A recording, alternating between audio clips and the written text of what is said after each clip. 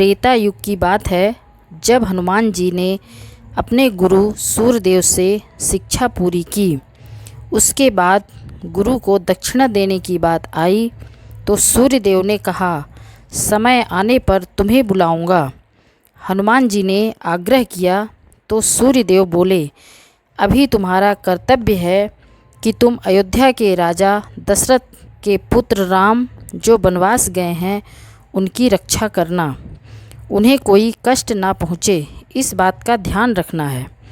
हनुमान जी ने गुरु की आज्ञा स्वीकार की और अयोध्या की ओर चल पड़े।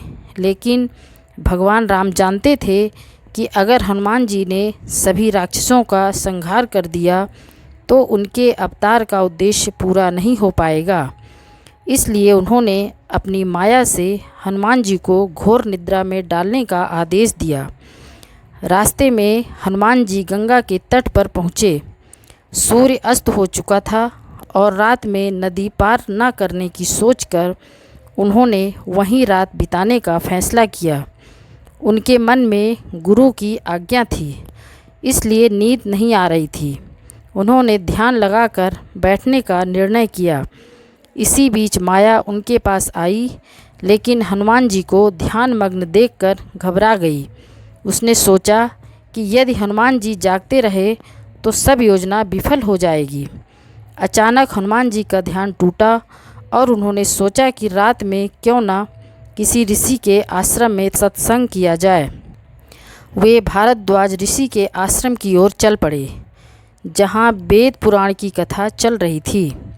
हनुमान जी ने कथा सुनी, जिसमें बताया गया कि भगवान राम कल गंगा पार कर संगम पर पहुँचने वाले हैं। यह सुनकर हनुमान जी ने वहीं ठहरने का निश्चय किया। रात्रि के कार्य पूरे करने के बाद हनुमान जी संगम के तट पर लेट गए और उन्हें नींद आ गई। इसी समय माया ने अपना काम किया और हनुमान जी को गहरी नींद में डाल दिया। अगले दिन जब भगवान राम गंगा पार करके पहुँचे तो उन्होंने हनुमान जी को सोते हुए देखा। भगवान राम ने मुस्कुराते हुए उन्हें वरदान दिया, जो भी इस सोए हुए हनुमान के दर्शन करेगा उसे मेरी कृपा प्राप्त होगी। उसे भूत प्रेत या किसी प्रकार की विपत्ति का सामना नहीं करना पड़ेगा और उसके सभी शत्रु परास्त हो जाएंगे। इस तरह भगवान राम ने हनुमान जी को आशीर्वाद दिया और भारद्वाज ऋषि के आश्रम की ओर बढ़ गए। उधर सुबह गंगा माता ने देखा कि कोई उनके तट पर पैर फैलाए सो रहा है। उन्हें यह अपमानजनक लगा और उन्होंने हनुमान जी को डुबो दिया। जब सूर्यदेव ने अपने शिष्य की यह स्थिति देखी तो उन्होंने गंगा को श्राप दिया, तुम्हारा हृदय मैला है, तुमने अज्ञानवश हनुमान जी को दंड दिया है।